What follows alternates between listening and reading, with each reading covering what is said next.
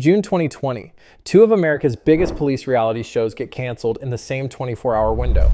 Cops, a show that had been on the air since George H.W. Bush was president, and Live PD, the newer, flashier show that had just been renewed for 160 more hours of television only weeks earlier. Same crisis, same headlines, same corporate statements about a critical moment in the nation's history. Here's the part nobody talks about. One of these shows is actually dead. Gone.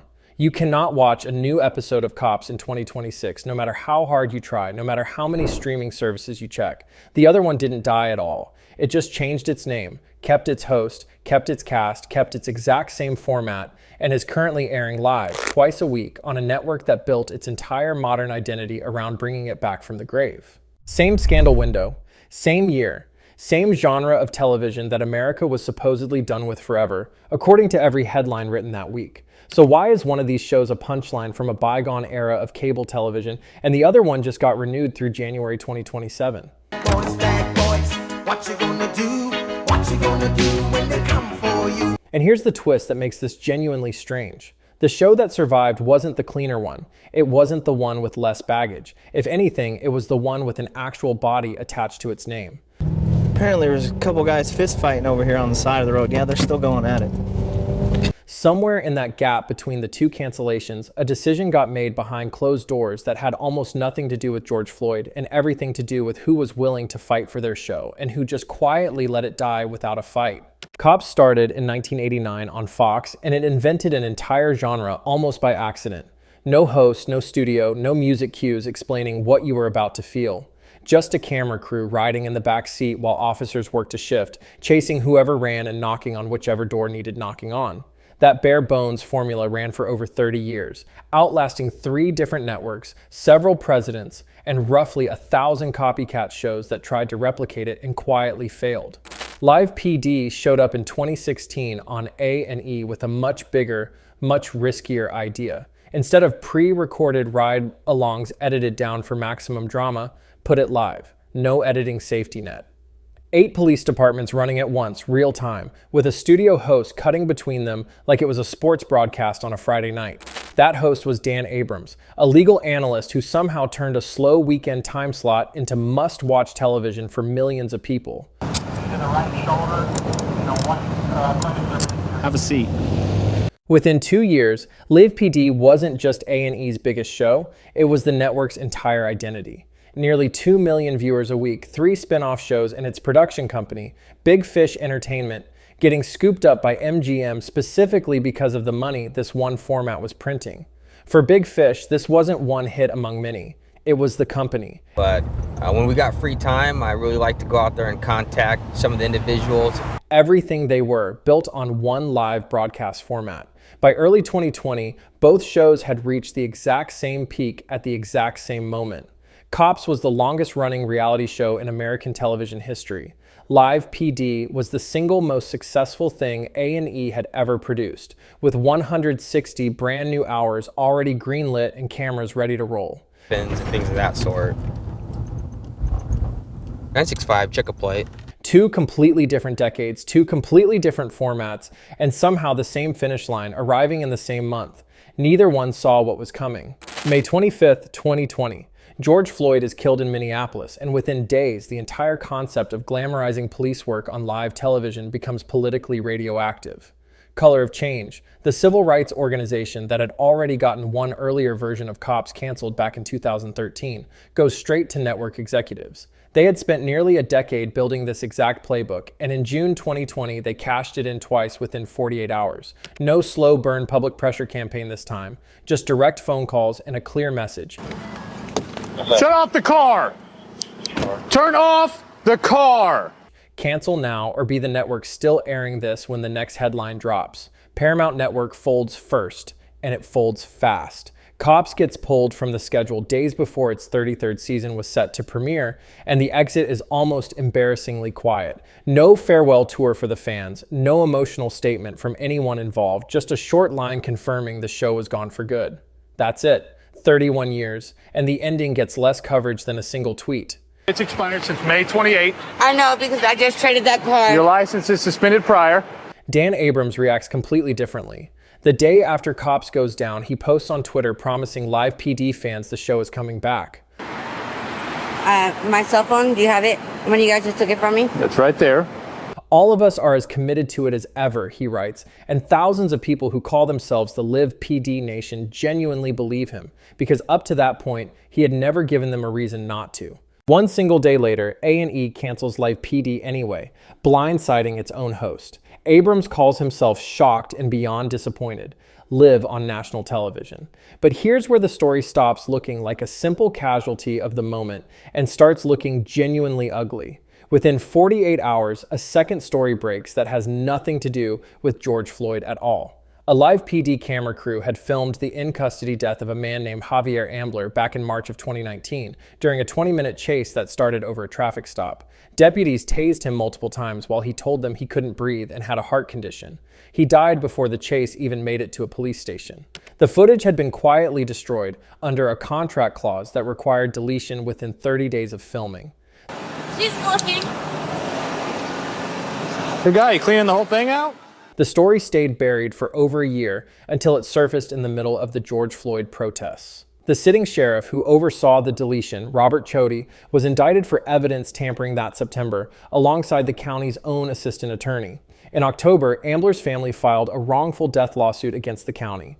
Do you think that someone would be upset if you stole their car? Actually, yeah. Two former deputies were separately indicted on manslaughter charges in 2021, though a Travis County jury would go on to acquit both of them in 2024. By December 2021, the county had paid $5 million to Ambler's family. He's got a large amount of cash here. This dude's definitely been busy tonight. The largest settlement in its history. The case even led Texas lawmakers to pass a new state law banning police departments from signing contracts with reality shows at all. Then on CNN, Abrams admitted something worse than the settlement itself. Live PD, he said, had filmed multiple deaths over the years, not just Ambler's, and every single one of those recordings had been erased under the same standing arrangement. So sit with what actually just happened here. Cops walks away completely clean. 3 decades on the air, and its cancellation becomes a footnote about shifting cultural attitudes. Nothing more. Live PD walks away with an actual criminal investigation attached to its name. A dead man, a destroyed evidence tape, a $5 million settlement, and a production company that got dropped by its other partners within the week. By every normal measure of reputational damage, Live PD should be the one that never sees daylight again. It's the one with an actual body count attached to it. It's the one prosecutors got involved with. The real difference here was never the scandal itself. It was who owned the wreckage once the camera stopped rolling. We're about to execute a search warrant. A&E is a joint venture between Disney and Hearst, two enormous companies with brand reputations to protect and zero appetite for defending a police show connected to a destroyed evidence tape and a grand jury indictment. Once the Ambler story broke, the corporate math was simple and cold. This location has possibly marijuana, possibly guns. Cut it loose immediately, issue a careful statement about listening to community voices, quietly reroute the freed up airtime to safer, already established franchises like the First 48. Paramount had even less reason to fight for Cops. It wasn't even their original creation. They'd picked it up secondhand years earlier after Fox dropped it, and 33 seasons is already an unusually long life for any reality format. Letting it go cost them essentially nothing, and nobody internally was losing sleep over it. This is the Gwinnett County Sheriff's Department!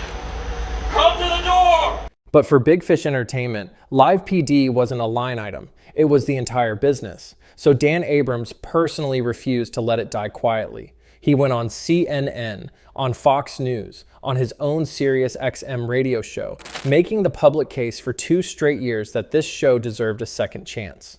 In 2022, a network most people couldn't have named a year earlier took the bet nobody bigger would touch. Reels rebranded the format as On Patrol. Live brought back Abrams and his co-hosts and quietly staked the entire future of the channel on one canceled show nobody thought would ever come back. It worked immediately, and it worked bigger than anyone at Reels expected. Opening weekend alone pulled in 3.5 million viewers across 7 telecasts and 121 million social media impressions. Trending on Twitter before the second episode even aired, the network's primetime audience jumped 107% in the very first year alone, then climbed another 34% the year after that. A network most people had never heard of became a top 40 cable channel. Right now, get up there.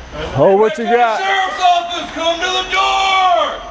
Built almost entirely on a show its bigger, more cautious predecessor had thrown away. A&E noticed. A&E actually turned around and sued Reels for copyright infringement, arguing in court that the entire show was just a ripoff of the format they themselves had killed off 2 years earlier. They lost that fight, settling out of court in 2024. Meanwhile, Cops has no equivalent second act anywhere. No scrappy network desperate enough to fight for its revival. No host running a 2-year media tour to keep the dream alive. This gentleman's going to be going to jail tonight. Possession with intent to deliver. Is that all that's in there? It just stayed canceled because when the moment came, nobody with any real power over its future actually wanted it back badly enough to try. Here's the part that should genuinely bother you. The show connected to a death, a cover-up, and a criminal indictment is the one thriving in 2026, renewed through January 2027. Okay. Hustle, man. Yes, sir. I can dig it. How much money you think you got, sir? Single-handedly propping up an entire cable network. The show with the cleanest, most boring, least controversial exit in American television history is the one that's actually gone for good, with nobody left to bring it back. Turns out cancellation was never really about what happened on screen. Don't pay child support. I don't know why or how, because all these movies he has, he should have enough money to. It was about who was still standing behind the show once the camera stopped rolling, and whether anyone in that room actually cared enough if it survived. Cops had 31 years of goodwill, and when it mattered most, absolutely nobody left willing to spend it.